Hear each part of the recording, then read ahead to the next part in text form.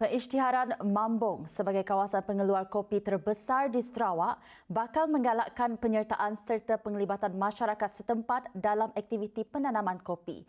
Malah menurut Menteri Muda Pengangkutan Datuk Dr. Jerib Susil, langkah berkenaan turut dilihat mampu meningkatkan taraf sosioekonomi masyarakat setempat.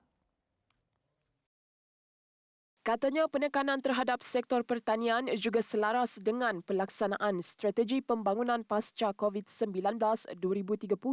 Ini selaras dengan apa yang telah pun diisytiharkan oleh Yang Amat Berhormat Ketua Menteri semalam, that he has declared actually post-COVID economic development plan sampai 2030, di mana kita mempertingkatkan lagi sektor pertanian dan sektor sosioekonomi dalam kampung dan penglibatan orang kampung dari segi bagaimana mereka memikirkan cara-cara untuk meningkatkan lagi ekonomi mereka dalam sekeluarga itu. Dengan pengisytiharan itu juga, tambahnya pengusaha tanaman kopi dipercayai akan lebih bertanggungjawab memastikan tanaman mereka tumbuh subur demi hasil yang berkualiti. Beliau berkata demikian pada majlis penyerahan tapak projek Dewan Serbaguna Kampung Petak pada Selasa. Berhubung pembinaan Dewan Serbaguna Kampung Petak, katanya setelah siap, ia bakal menyediakan penduduk dengan keselesaan untuk menjalankan aktiviti kemasyarakatan, ekonomi serta perayaan. Hari ini kita menambah baik dari segi prasarana yang ada, menggunakan apa yang telah pun dikatakan oleh saudara engineer Lau Yik Hung, dan seterusnya juga untuk menambahkan lighting dan juga kipas yang kita memerlukan. Usaha menaik taraf Dewan Serbaguna Kampung Petak dilihat akan memanfaatkan seluruh penduduk kampung ini dan juga penduduk kawasan berdekatan. Dengan adanya kemudahan yang telah dinaik taraf ini, lebih banyak aktiviti sosial dan kemasyarakatan dapat dianjurkan dalam keadaan yang lebih selesa. Laporan Aida Mulyono dan Jurukamera Aziz Soleh untuk TVS Padawan. Baik, berita baik buat penduduk Bau. Seramai 450 orang pelajar dari dua buah kampung Subabuan dan kampung Subabau bakal menerima pendidikan yang lebih berkualiti serta kondusif dengan siapnya bangunan Sekolah Kebangsaan SK Subabuan yang baru. Ahli Dewan Undangan Negeri Adun Tasik Biru Dato' Henry Jineb memaklumkan pembinaan bangunan baru bagi SK Subabuan dan juga SK Grogok Bau merupakan cadangan pembinaan semula sekolah daif di negeri Sarawak menggunakan peruntukan RM1 bilion fasa 1. Beliau yang juga Menteri Muda 2 Pengangkutan Sarawak berkata, sekolah berkenaan di bawah fasa pertama projek Jabatan Kerja Raya JKR Negeri melibatkan kerja-kerja membaiki dan membina semula struktur sekolah, membabitkan 18 bilik darjah, 6 unit rumah guru dan lain-lain kemudahan.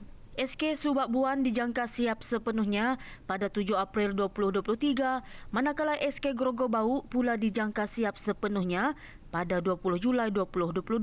Bagi menambah kelancaran di sekolah itu kelak, sebuah jalan akan dibina sebagai jalan alternatif bagi mengurangkan kesesakan di kawasan itu.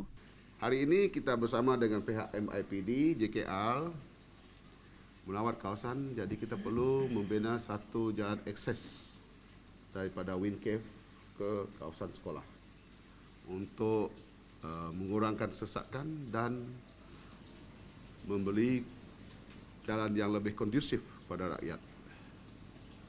Inilah hasil lawatan pada pagi ini. Dan kalau kita tak ada jalan, masalah kita adalah apabila ada kecemasan, bomba mau masuk pun susah. Lori sampah mau masuk kutip sampah pun susah sebab terlalu kecil, ya.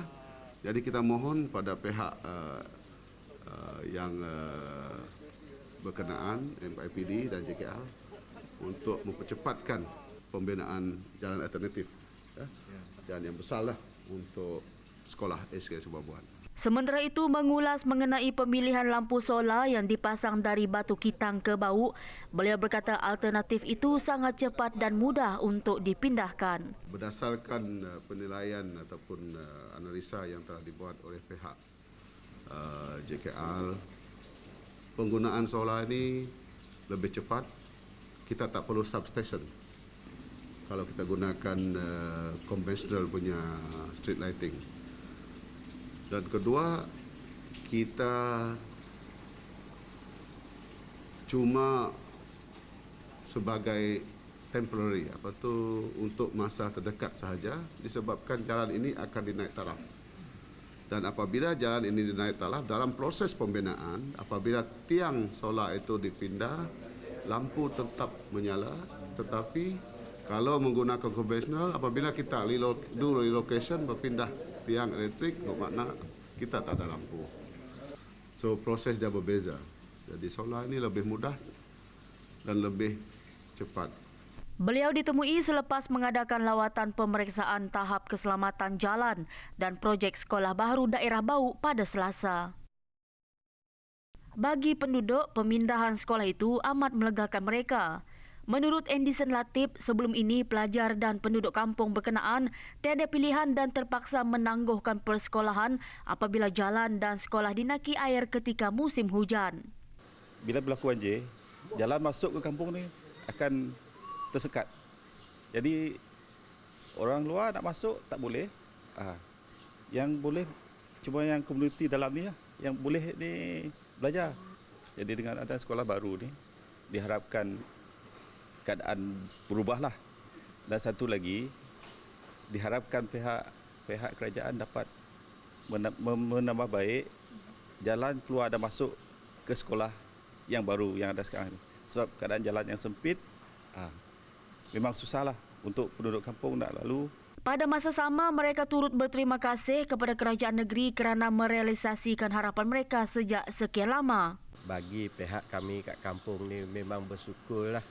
Berterima kasih kepada kerajaan negeri lah yang sanggup membuat sekolah baru untuk kampung Subabuan ni. Bagi kami kat kampung ni memang kami tunggulah. Sekolah ni memang kami tunggu lama sebab keadaan sekolah kat sini selalu apabila musim banjir memang sampai ke sekolah. Memang nak pindah barang dah tu tak ada lagi tempat yang tinggi kami nak pindahkan barang-barang sekolah macam buku, komputer dia, meja dia, alat tulis dia, macam kuasan prasekolah tu memang susah lah kalau dah siap sekolah yang baru ni. Memang kami bersyukur lah dapat sekolah yang baru ni.